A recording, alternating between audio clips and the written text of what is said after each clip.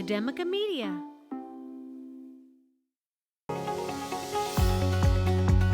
You are listening to Charter School Superstars, bringing you the voices of an education revolution. Welcome to the show, everybody. I'm Ryan Kairalla from Academica Media. Our guests this week on the episode are the Executive Director and the Academic Director of Jumoke Academy, a Connecticut-based charter school network serving over 700 pre-K through 8 students in the Hartford, Connecticut area that emphasizes whole child education, low class sizes, and parent and community engagement. You can find out more about our guests' work by visiting www.jumokeacademy.org. We are honored to welcome Dr. Troy A. Monroe and Dr. Marie Gordon Hall on a Charter School Superstars. Hello to you both. Good evening. How are you, Ryan? Good evening. Nice to be here. Thank you. We appreciate the opportunity to be here. Great to have you here. What a couple of terrific education leaders I get to talk to. What an embarrassment of riches for me. First of all, before we get into the questions, I would say that congratulations are in order. I know recently your charter school and your network just celebrated its 25th anniversary, correct? That is correct. Thank you for acknowledging that. Absolutely. So I first want to get to the name of your tremendous school. I read that the word Jumoke comes from a Nigerian tribal language. Can you tell the viewers and listeners what that word translates to in English and how that word signifies your school's approach to education? Yes, the word Jumoke, or some like to say Jumoke, refers to where the child is loved. It's the whole concept that it takes a village to raise a child. And so when you look at that whole concept and you translate that back into the work that we do, we believe that in order to get the best out of our scholars and do what is in their best interest, we have to first love them. And there are many different ways that manifests itself. But it is the whole concept of we love our children, therefore they're going to respond to that and respond well. And so with that approach, because I've heard a lot of school leaders refer to that approach as being paramount if you're going to be effective educators, where you have to take some time on the front end to invest in that child's first. Let that child know that they are loved, that they are supported, that they're in a supportive environment. And sometimes that takes a lot of upfront investment. You can devote a lot of time in the beginning to making sure that child acknowledges and understands that they're in this supportive environment, that they are loved, and then you can really get to the learning. Is that how it is at your school? It is. When you think about the whole concept of Maslow's hierarchy of needs, people need to feel. We need to feel love. And so that's a very basic need. We all know this. So if you feel good, you feel love, you feel like you're in a wanted place, that basic need is being met, you're going to respond. You're going to respond positively and favorably to that. And so we know that that is the basis for the groundwork that we have to do with the children here in our community. I don't know if you want to add anything to that, Dr. Gordon Hall, but that will be how we respond to that. Absolutely. And understanding that it takes that village. So the partnerships, the community partnerships, working with the families, companies around, coming into the school and helping us to build that. So absolutely. I love that Maslow before Bloom approach to education that we have seen time and time again in charter schools, continuing to pay dividends and create great personal and learning outcomes for our students. Since you had brought up community engagement, Dr. Gordon Hall, I'd like to ask you a little bit more about that. Can you tell us a little bit about how your school embraces community engagement and what that looks like on your campus? Yes, we have 3 campuses, so it depends on which campus you're on. We have 2 middle schools. One is STEM focus and one is arts focus. And when you look at the STEM focus, our STEM middle school is an Amazon Future Engineer Project STEM school. So through this partnership, we're able to bring computer science courses to our scholars who otherwise would not get that, sometimes in the regular public school setting. Our art school have partnerships with the local theater. So our scholars have creative arts day with them. They perform at the theater in their creative arts day. And then we have our elementary school who creates strong partnerships with the local library, because the elementary is our grassroots school. So we want to make sure that our scholars are built from the lower level as far as reading. So we have a great partnership with the library. So different partnerships like that throughout the school, and including our families in that partnership. So in when we have events, or we try to bring our parents in for creative nights and stuff like that, so that they're also a part of that. When you showcase your scholars, our families will come. I've noticed that, Dr. Gordon Hall, when you refer to the students on your campus, you use that the nomenclature scholars, which I've heard a lot of schools use that. What drives your school to want to use that term to refer to the kids on your campus? And I assume it has to do with your school culture. Yes. That was, I started at Jumoke 5 years ago, and when I came and to hear that that we refer to them as scholar, that alone put them on that pedestal, right, for greatness. So using that language, they respond to it, because right then you're telling them, when you talk about where the child is loved and building that, they know that you think of them, you have high expectations for them. So that's where it starts from. I would also add, if I may, Dr. Gordon Hall and Mhm. Ryan, that when you think about a scholar, that suggests a focus on academics, a culture of excellence and academics. And so I've been here 10 years, this is my 10th year. And so we've tried to push an expectation that achievement is paramount. It is expected of you, as Dr. Gordon Hall referenced.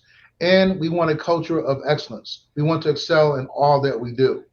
And so when you come to us and you know that you are a scholar, there's a certain way we expect you to behave, a certain way we expect you to achieve, a certain way we expect you to conduct yourselves while you're on our campuses. And our scholars respond to those expectations. Dr. Monroe, is it a challenge for you all on your school campus to kind of embrace what I'm hearing are two not completely distinct, but certainly two separate visions of what you expect of your students, right? You said earlier that one part of this is that you have your whole child approach, your students are loved, your students are supported. And then you also have this second imperative of we hold our students to very high expectations as scholars and as human beings. And, are those two kind of difficult things to balance? Do they both feed into each other? The idea that they're loved, but we also have high expectations. No, I think, well, yeah, I do think that they feed into each other. Hmm. Again, it's again reinforcing a foundation, a basis for the fact that we care about you. We want you to succeed. Okay, that's what love looks like. We're going to do everything in our Yeah. power to make sure you succeed. And in doing so, you have your end of the bargain is to succeed. Your end of the bargain is to excel. Your end of the bargain is to come in here and be true to your studies, do your homework, do your classwork, participate in the projects, participate in the learning, engage, and be the best that you can be. We want you to be excellent. Strive for that. So I think they go hand in hand. One feeds into the other.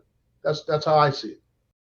Dr. Gordon Hall, charter schools are not immune to just this general trend we're seeing now in education, where schools are having more and more trouble finding and retaining talented teachers, right? We have teacher shortages across the board in all the different forms of public and private education. And I know that, that is something that Jumoke has been quite proactive about addressing and wanting to be effective about. Can you talk about some of the things that you do in your role? And I imagine that Dr. Monroe can also speak to this on what your school is doing to address teacher shortages. Yeah, so like many, COVID has really hit us hard when it comes to staffing challenges. And so we had to respond to that. We tried to get assistance in how to solve some of the issues, but we can't wait for others to come in and rescue us. Hmm. We have to make sure that we are providing our scholars with the education that they deserve. And so we got creative, and we have what many call paraprofessionals. We call them academic assistants here at the Academy. And so one thing we always stand by is making sure, whether you're a certified teacher or an academic assistant, when we provide professional development, everyone is on the same page because our academic assistants on a day to day, in an ideal world where we have all certified teachers and academic assistants, they are providing instructional support in the classroom. So we wanted to make sure they're well versed in the curriculum and instruction. And so, because of how we do our training with academic assistants, we were able to utilize them to lead classrooms in spaces where we did not have certified teachers. And they were very successful. They too, like our teachers, build great relationship with our scholars, and so our scholars respond very well to them.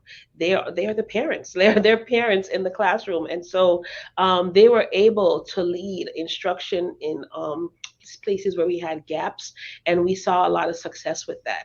And so we're doing some work now.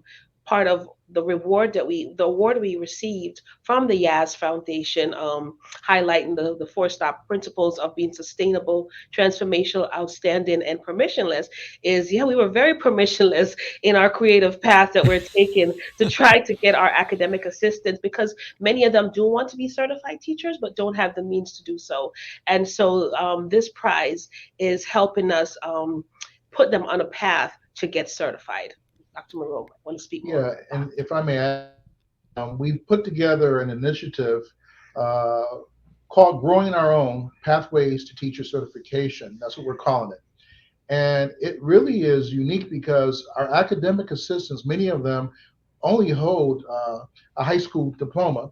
There is no certification process or vehicle in our state for individuals with high school diplomas unless you go to a 4-year institution and come out and get a degree. But we have them in our classrooms right now working with our scholars. But yet they have great relationships. They have keen interest in certain content areas. And they are the ones who are holding down the fort for us right now during this teacher shortage. So, you know what? We need to find a way to get these individuals certified. So we have formed partnerships, collaborative relationships with local universities, 2 of them. One is Central Connecticut State University, the other one is Capital Community College. And they have agreed to work with us in partnership to support the pathway toward not only teacher certification, but degree attainment in a specific content area of need. And so we are investing in our human capital right now. And as a result, it's going to have a positive effect not only on our scholars and our internal community, but the educational community at large. And so we're pretty excited about that. And we've gone through a pretty aggressive process over the last couple of months to begin this initiative. We're excited about it. Our academic assistants are excited about it. And again, we're being permissionless. We're not waiting for the state to come in and tell us that you can or you can't do this. We have to do that. We cannot wait.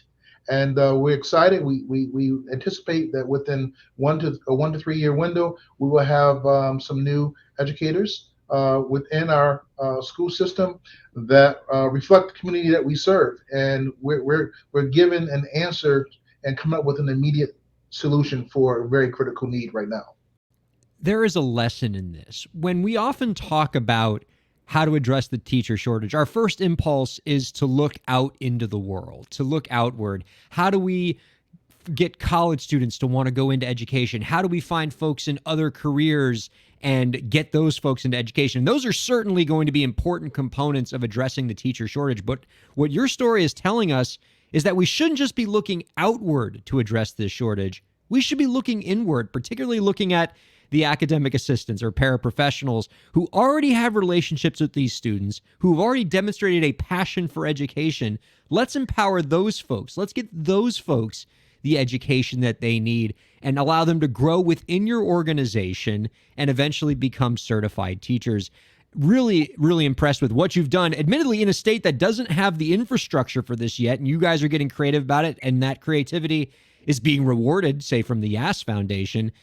And, in other states that have more of an infrastructure, like in Florida, we're seeing a lot of this happen. And so I'm excited to see what you all are doing over in Connecticut with this.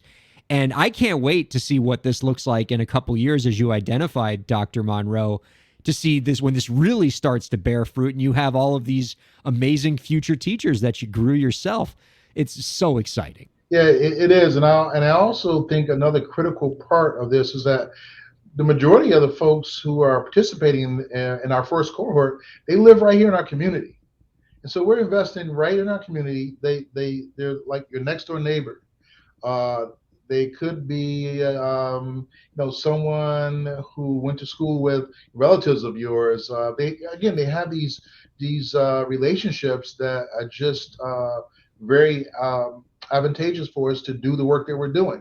And many of them have had life circumstances and obstacles that have gotten in the way of their degree obtainment or have created a roadblock for them. And we want to remove some of those pieces and support them with the resources to be able to go forward and just be all that they can be in this educational system that we have that we're working with our scholars with. This is so inspiring to me because your school is not just changing the lives of the scholars on your campuses, you're changing the lives of people in your surrounding community. That is tremendous. You can find out more about our guest work by visiting www.jumokeacademy.org. I just have adored this conversation. I'm so motivated by what you all are up to. Let me close by asking each of you our final question. We'll start with Dr. Gordon Hall on this. If with the snap of your fingers, you could make any change to the education system, what change would it be? That's a good question. For me, I've been thinking about this a lot lately, especially when we have so much work going on right now with funding. And I think about our community and most communities charter schools are in. And I think about the poverty rate. I think about the dropout rate. I think about absenteeism. And I wonder, why can't we just give equal funding to all schools? Why don't we have equal funding for all, right? The idea that a child wants to go to school and they're happy somewhere, that's all that should matter. So Great with a snap of a perspective. finger, it will be equal funding for all. Dr. Monroe, same question.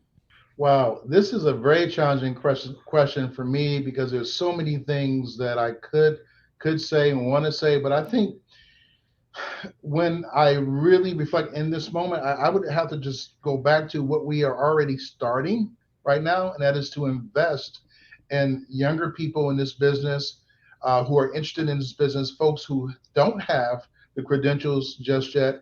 I would make a greater investment in these individuals to come into education and to, many of them have new ideas, new way of thinking, new ways of how to work with children, to motivate them. And let's face it, look at me. I have a little gray hair, and I'm not going to be around long. And we need the new blood in here, so we have to invest in them.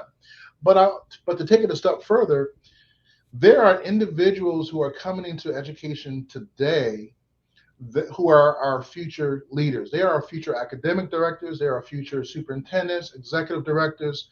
I would love to have more connectedness to those individuals and put them on some sort of direct apprenticeship or mentorship experience directly with me, directly with Dr. Gordon Hall. Come and not just shadow us for a day, do a 6-month internship with us, right?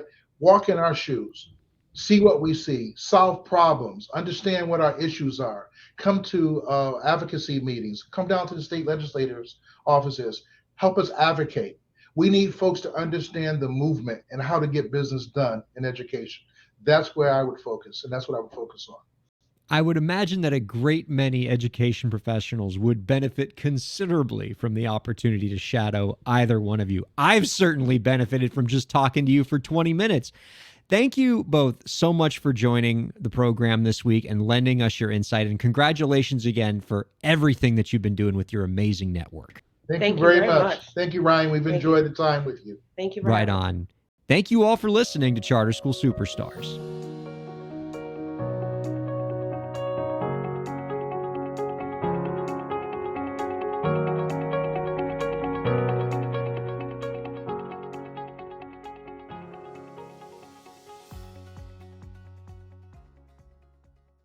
The views expressed on the preceding program have been those of the hosts and guests and do not necessarily reflect the views of Academica, its clients, staff, affiliates, or advertisers.